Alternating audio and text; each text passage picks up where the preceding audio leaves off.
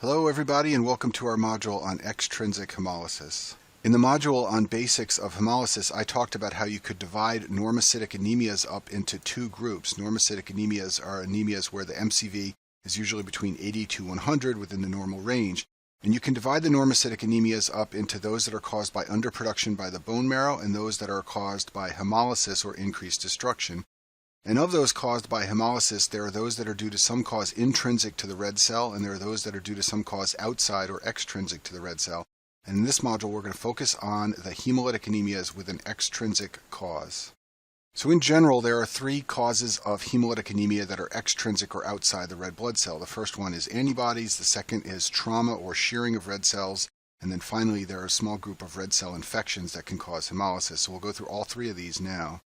So autoimmune hemolytic anemia is a fairly straightforward condition to understand. It's a condition where there is red cell destruction from autoantibodies.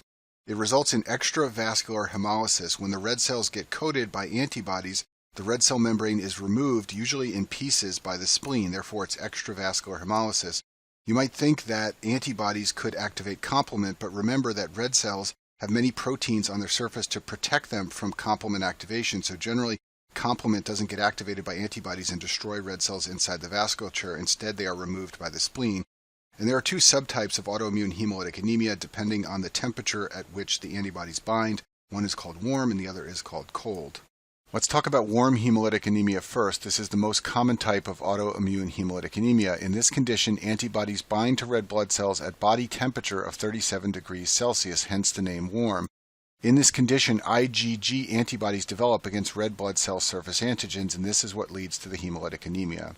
The signs and symptoms of this condition are the classic signs and symptoms of anemia. So this includes fatigue. Patients can develop pale skin or pallor. They can develop dyspnea. When you are anemic, you cannot deliver enough oxygen to your tissues, so you develop dyspnea. In addition, you can develop a tachycardia, particularly at rest. That's because not enough oxygen is getting to the tissues, so the body is responding by increasing the heart rate. In addition, in warm hemolytic anemia, patients develop extravascular hemolysis. That's because the antibody-coated red blood cells are removed by macrophages in the spleen. So this leads to jaundice from the increased bilirubin levels. In addition, patients can develop splenomegaly as those macrophages in the spleen hypertrophy, trying to consume the red blood cells coated with antibodies. The classic finding on peripheral blood smear in warm hemolytic anemia is the presence of spherocytes. This is an example of a spherocyte on the screen here. Note that it's slightly smaller than normal red cells. It's spherical in shape. Note also that it lacks the central pallor you usually see in red cells.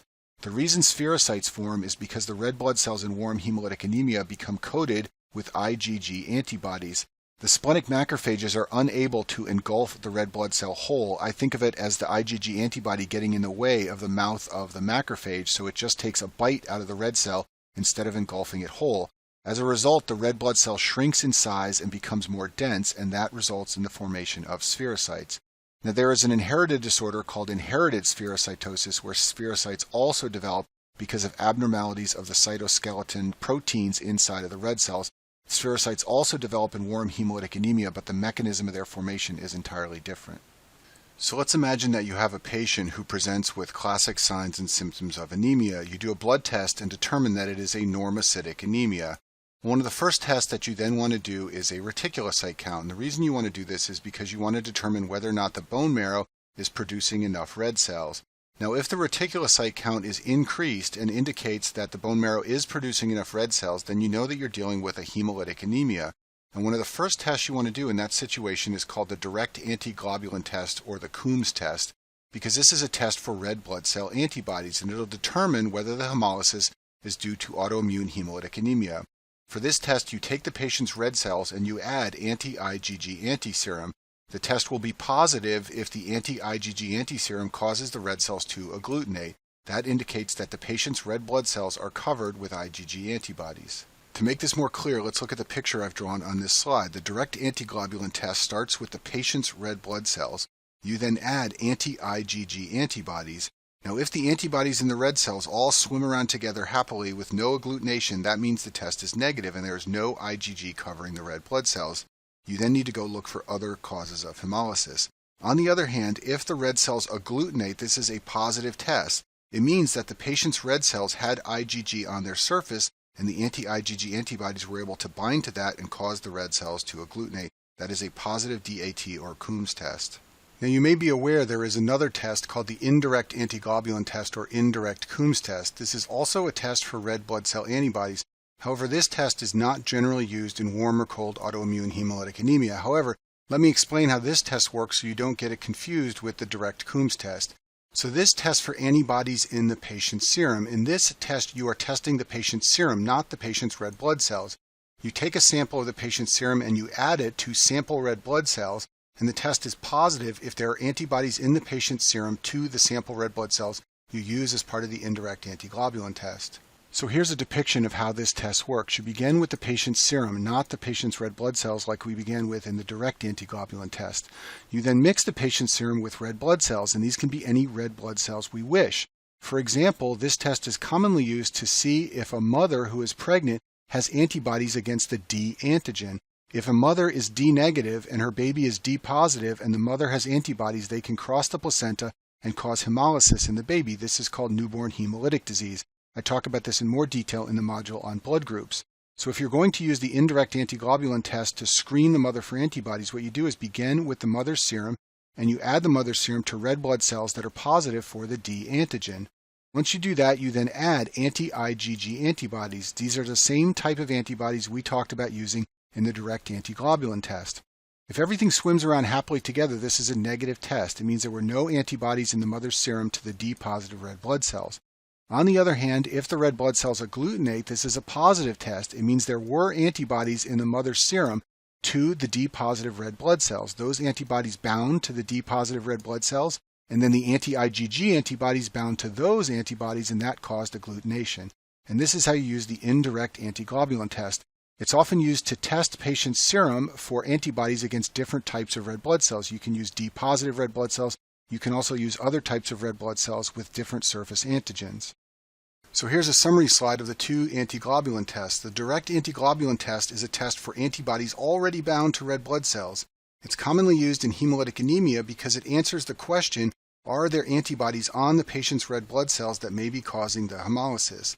The indirect antiglobulin test, on the other hand, is a test for antibodies in the serum. It asks the question, will this patient's serum react with certain types of red blood cells?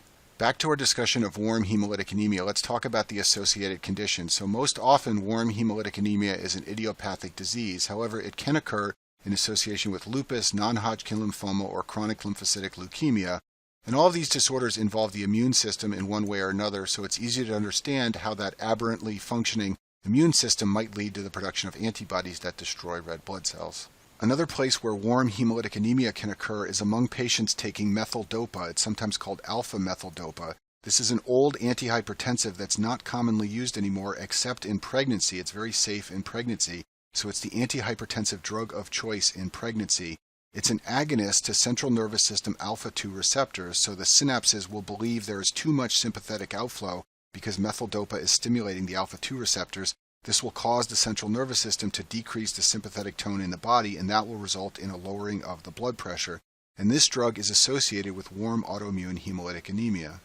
Methyl-dopa triggers the production of red blood cell antibodies. The mechanism by which it does this is unclear. There are data that the drug may alter Rh antigens on the red cell surface. We'll talk about Rh antigens in more detail in the module on blood types, but the point here is that methyl-dopa can modify the surface of the red cell, and once it does, antibodies will bind. And what's interesting is that once the surface has been modified, red cells will bind antibody even in the absence of the drug. That's because the surface has been altered by methyl-dopa. And if you do a direct Coombs test, it will be positive because antibodies are binding to the surface of the red cell. Another drug that is classically associated with hemolytic anemia is penicillin. At high dosages, penicillin can lead to hemolysis. This occurs because penicillin binds to the surface of red cells and functions as something known as a hapten. A hapten is a molecule that does not elicit an immune response by itself, but does elicit an immune response when bound to tissues. In this case, it elicits an immune response when it's bound to red blood cells, and antibodies are produced directed against penicillin bound to the RBCs. This is a little bit different from the mechanism of hemolytic anemia with methyl-dopa. But just like with methyl-dopa, the direct Coombs test will be positive. And although this side effect is classically associated with penicillin, it also commonly occurs in patients taking cephalosporin antibiotics. Finally, I'll briefly mention the treatment of warm hemolytic anemia. It's often treated with glucocorticoids or other immunosuppressants, and then in severe cases it can be treated with splenectomy. Remember, you can live without your spleen, and if you take away the spleen, you take away those macrophages, which are consuming the membranes of the red blood cells. Now let's talk about cold hemolytic anemia, which is the less common type of autoimmune hemolytic anemia. In these disorders, antibodies bind to red blood cells at temperatures below 30 degrees Celsius, hence the name cold. And places in the body where the temperature gets below 30 degrees Celsius are in the limbs, where you're far away from the center of the body and the blood and the organs, also in the fingertips, toes, nose, and ears. So one of the presenting features of this disorder sometimes is painful fingers or toes, purple discoloration, especially on exposure to cold. So you can get symptoms from anemia, but you can also get these symptoms related to agglutination of red blood cells in the places where the temperature is low. In contrast to warm hemolytic anemia, cold hemolytic anemia is caused by IgM antibodies, not IgG antibodies. And remember that IgM are large antibodies that like to fix complement, and they can cause red blood cells to agglutinate, especially in the extremities, and this can result in the purple fingers and toes that patients with this condition experience. Now what's interesting is when the red blood cells warm in the central organs, the IgM is lost and falls off the red cell. However, because IgM can fix complement, it will leave bound C3 on the red blood cells, and this will cause hemolysis. It will also cause the direct antiglobulin test to be positive, but not for IgG. It will be positive only for C3. To make this more clear, let's go back to our drawing of the direct antiglobulin test. To perform this test for cold hemolytic anemia, you start with the patient's red blood cells, just like we did with warm hemolytic anemia. However, instead of adding anti-IgG antibodies like we did for warm hemolytic anemia, for cold hemolytic anemia, we add anti-C3 antibodies. Now, if the anti-C3 antibodies in the red blood cells swim around happily together, it's a negative test, and that indicates there is no C3 bound to the red blood cells. However, if the red blood cells agglutinate, that is a positive test, and it means C3 is on the surface of the red blood cells, and that's what is seen in cold hemolytic anemia. Cold hemolytic anemia is sometimes called cold agglutinin disease because the red blood cells agglutinate, and the hemolysis in this disorder is usually extravascular. That's because the C3-coated red blood cells are removed by the spleen. And in contrast to warm hemolytic anemia, in cold hemolytic anemia, the red blood cells are often engulfed whole, and for this reason, spherocytosis is much less common than in warm hemolytic anemia. Rarely you can see intravascular hemolysis, but this usually doesn't happen because the mechanism of intravascular hemolysis is complement activation, and complement usually does not activate enough to lyse the cells. The reason is because red blood cells have complement inhibitory molecules on their surface like CD55 and CD59. These are the molecules that are missing in the disorder paroxysmal nocturnal hemoglobinuria. So for this reason, C3 may deposit on the red blood cell surface because of the IgM antibodies, but usually complement is not activated to the point where it lyses the cells. Just like warm hemolytic anemia, you can see cold hemolytic anemia in CLL, but one of the most important places you want to think of this disorder is in patients who have mycoplasma pneumonia. This pneumonia infection is commonly associated with cold hemolytic anemia. You can also see it in patients who have infectious mononucleosis from the Epstein-Barr virus. So you can treat this disorder with immunosuppressants, but a simple way to treat it is just to avoid the cold. For obvious reasons, many patients like to avoid taking long-term immunosuppressants, and they can do this if they just stay warm and prevent their fingertips from getting below the temperature at which the IgM antibodies can bind to red cells. Moving on, let's talk about our next extrinsic cause of hemolytic anemia, and that is microangiopathic hemolytic anemia, or MAHA. This is caused by the shearing of red blood cells in small blood vessels, and this happens when there are thrombi in the microvasculature. This narrows the microvasculature, and as the red blood cells try to squeeze through, they get damaged, and this results in intravascular hemolysis. And the characteristic finding of microangiopathic hemolytic anemia on the blood smear is the presence of schistocytes. These are pictures of schistocytes on the screen here. They look like fragments of red blood cells. And you can see microangiopathic hemolytic anemia in the disorders TTP, HUS, and DIC, all of which I talk about in the module on platelet bleeding disorders. You can see microangiopathic hemolytic anemia in malignant hypertension. This is because the very, very high blood pressure causes endothelial damage, which leads to the formation of thrombus. This will get better with blood pressure control, but watch for the hypertension as a potential cause of hemolytic anemia in a patient who presents with out-of-control blood pressures. Shear forces can also destroy red blood cells in the large blood vessels. This is called mechanical hemolysis, and this is seen when red blood cells need to get past narrow openings around stiff tissues. So this can occur in aortic stenosis when the aortic valve is very tight. The red blood cells have to squeeze past that stiff valve, and this can cause hemolysis. You can also see it in patients who have mechanical metal heart valves, also in patients who have left ventricular assist devices for advanced heart failure.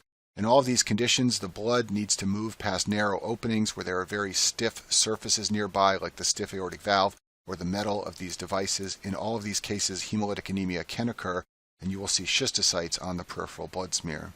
And then the final extrinsic cause of hemolytic anemia is a red blood cell infection. There are two infectious agents that classically cause hemolytic anemia. One is malaria, the other is the protozoa Babesia. Both of them will present with findings inside the red blood cell on peripheral smear, as shown in these ring forms and trophocyte rings. I talk about these infections in detail in the infectious disease modules, but for our purposes here, just know that when these parasites get inside of the red cells, they can lead to either intravascular red cell rupture or more commonly removal of the red cells by the spleen, and for both reasons you can develop a hemolytic anemia. And that concludes our module on extrinsic causes of hemolytic anemia.